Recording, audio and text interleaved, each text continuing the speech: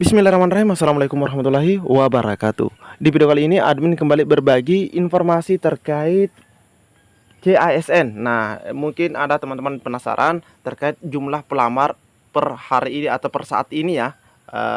Terbaru berapa sih jumlah pelamar di sekolah kedinasan, dan juga admin di sini akan up ulang terkait RPP ya, atau peraturan pemerintah terkait turunan undang-undang ASN tahun 2023.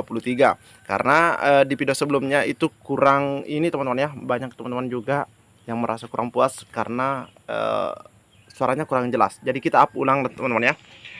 Oke, silahkan disimak saja teman-teman ya. Jika ada suara-suara berisik mohon diabaikan saja. Nah, kita lanjut saja ke info intinya. Oke, yang pertama, admin di sini akan terlebih dahulu menyampaikan informasi atau update pelamar CPNS 2024 gelombang 1 yang resmi dari BKN, teman-teman ya. Nah, ini informasinya terbilang masih sangat baru karena 20 Mei. Dan kita lihat di sini ada 8 sekolah kedinasan yang membuka, dan di sini dikatakan bahwa rencana awal pemerintah seleksi CASN 2024 akan digelar 3 kali. Nah, di sini kita lihat untuk periode pertama ini harusnya dimulai pada minggu ketiga bulan Maret. Namun kita ketahui bahwa jadwal atau periode pertama ini molor teman-teman ya. Dan harapannya semoga untuk CPNS dan P3K ya, untuk CPNS dan P3K tidak molor, karena untuk CPNS ini masuk pada periode kedua. Di sini jadwal pengumuman dan seleksinya, seleksi administrasi maksudnya, dimulainya itu pada bulan Juni. Dan untuk periode ketiga nanti itu ada di bulan Agustus. Tapi kita ketahui untuk sekolah kedinasan itu molor. Semoga untuk P3K atau periode kedua dan ketiga tidak molor lagi teman-teman ya. Oke, kita lanjut saja mengecek terkait jumlahnya teman-teman ya. Terkait jumlahnya kita akan lihat saja berapa jumlah pelamar per saat ini dari sekolah kedinasan. Oke, kita cek. Nah, ini teman-teman ya, update jumlah pelamar CPNS 2024 sekolah kedinasan. Di sini kita lihat pelaksana tugas Kepala Biro Humas BKN Nanan Subandi menyebutkan jumlah pelamar CPNS jalur sekolah kedinasan yang sudah membuat akun hingga 19 Mei. Ini ya, hingga 19 Mei pukul 7:18 waktu Indonesia Barat itu sudah mencapai 53.000. Nah, ini sudah mencapai 53.413 teman-teman ya. Jadi buat teman-teman yang mau mendaftar, sepertinya ini masih proses teman-teman ya. Silahkan mendaftar jika memang masih ada kesempatan. Oke, kita lanjut lagi ke informasi terkait RPP manajemen ASN.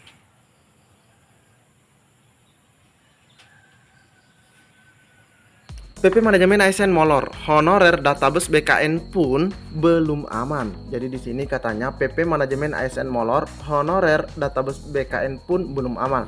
Nah, pastinya akan memunculkan tanda tanya, apakah rekrutmen untuk honorer ini atau seleksi CASN P3K tidak bisa diselenggarakan apabila PP manajemen ASN-nya belum terbit. Nah, ini perlu kita ketahui teman-teman ya. Nah, kita langsung saja menyimak bersama-sama. Jutaan non-ASN atau honorer sudah pasti menunggu jadwal pendaftaran P3K 2024. Memang Menteri Pendayagunaan Aparatur Negara dan Reformasi Birokrasi atau Bapak Abdullah Azwar Anas selaku Menpan sudah pasang target. Nah, ini sudah pasang target bahwa akan dilaksanakan pada Juni atau Juli. Namun tanggal pendaftarannya belum disebutkan. Nah, ini kita belum tahu kapan pastinya akan diselenggarakan. Jadwal pendaftaran sangat dinantikan karena pada tahapan itulah akan diketahui berapa sih sebenarnya formasi yang tersedia, mampukah menampung jutaan honorer. Nah, di video sebelumnya admin sudah sebenarnya membagikan kepada rekan-rekan, itu juga sudah bisa dicek beberapa daerah atau instansi yang sudah memberikan rincian formasi teman-teman ya, rincian formasinya terkait juga tentang penempatannya, seperti CPNS-nya berapa, P3K-nya berapa. Bahkan ada juga rekrutmen untuk tenaga kesehatan, CPNS maupun teknis. Sudah bisa dicek di video admin sebelumnya teman-teman ya.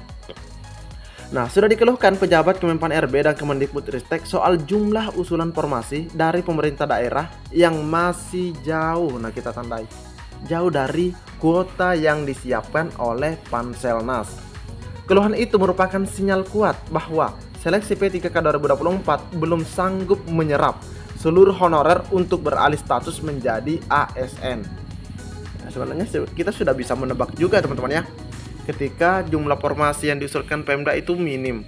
Itu berarti ya siap-siap maka ada yang tersisa honorer. Yang cemas bukan honorer tercecer yang namanya tidak tercatat di BKN. Jadi yang cemas bukan hanya honorer yang tidak masuk dalam pendataan. Honorer yang masuk database BKN pun belum dipastikan aman. Jelas ya, belum dipastikan aman teman-teman. Bahkan honorer yang sudah masuk kategori prioritas 1 atau yang sudah lulus passing grade di tahun 2021 pun belum bisa tidur nyenyak. Yang mana yang masuk dalam kategori P1 yang sudah passing grade pada tahun 2021, 2022 mereka juga belum terselesaikan, 2023 mereka pun masih tersisa. Nah, apakah di tahun 2024 ini masih akan tersisa? Itu yang kita belum tahu teman-teman ya. Tapi kalau sinyal-sinyalnya sih sepertinya akan tersisa lagi teman-teman. Masalah honor kemungkinan besar belum bisa tuntas. Nah, kemungkinan besar. Jadi bisa dikatakan prediksinya sudah sekitar 60-70% tidak bisa tuntas P1 di tahun ini. Bagaimana mau selesai? Kalau usulan formasi P3K 2024 untuk guru honorer minim sekali. Bahkan untuk P1 saja tidak semua mendapatkan formasi. Jelas ya? Bahkan yang P1 saja tidak semua mendapatkan formasi. Apalagi yang P3. P3 itu guru honor negeri yang sudah 3 tahun. Dan P4 adalah teman-teman dari swasta maupun yang lulusan lulusan PPG ya, yang punya serdik. Dan itu disampaikan oleh Dirjen GTK Kemendikbud Ristek yang menjawab pertanyaan dari media jpnn.com.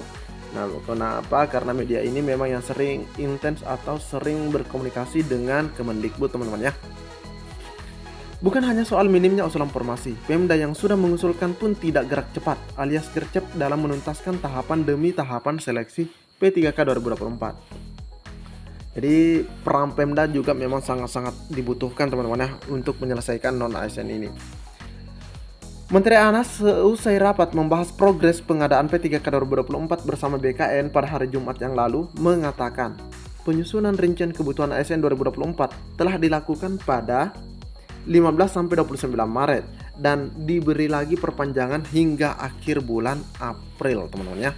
Karena kenapa? Karena minim formasi sehingga masih diperpanjang. Namun kata Menteri Anas masih terdapat instansi yang belum selesai melakukan perincian usulan, khususnya instansi yang mendapatkan alokasi formasi yang cukup besar. Ini teman-teman ya. Padahal pendaftaran P3K 2024 baru bisa dilakukan setelah tahapan tersebut kelar. Teman-teman ya. Di sisi lain masih dalam rangka seleksi P3K 2024, saat ini BKN sedang dalam proses melakukan perval terhadap data honorer yang sudah masuk dalam database atau yang sudah masuk dalam pendataan ya. Nah, muncul pertanyaan, mungkinkah pendaftaran P3K 2024 bisa dibuka pada bulan Juni? Jawabannya mungkin bisa jika pendaftaran P3K 2024 gelombang pertama hanya untuk honorer yang sudah dipastikan valid. Nah, ini kan ada yang diperval teman-teman ya. Ada 6 kategori, bisa dicek di video sebelumnya terkait data perval. Ada yang sudah 100%, beberapa kriterianya teman-teman ya. Jadi bisa dibuka bulan Juni jika memang itu hanya ditujukan untuk P1.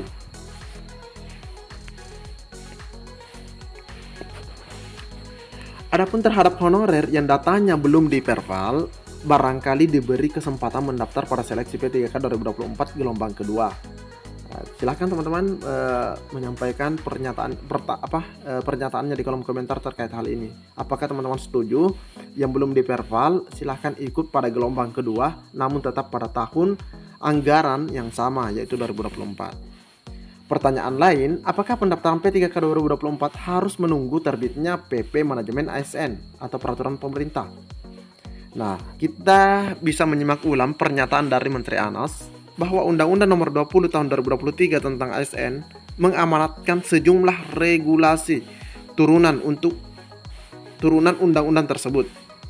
Jadi ada beberapa regulasi turunan dari Undang-Undang Nomor 20 tersebut, termasuk PP Manajemen ASN yang harus terbit paling lama 6 bulan terhitung sejak 31 Oktober. Terhitung dari 31 Oktober, kalau kita hitung-hitung sebenarnya ini harusnya PP-nya ini kan harusnya sudah terbit teman-teman ya. Kalau perhitungannya 6 bulan dari bulan Oktober, kita start hitungnya saja dari bulan November teman-teman ya. Sekarang sudah bulan Mei. Pasal 68 Undang-Undang ASN menyatakan peraturan pelaksana dari undang-undang ini harus ditetapkan paling lama 6 bulan terhitung sejak undang-undang ini diundangkan. Jadi harus terbit 6 bulan.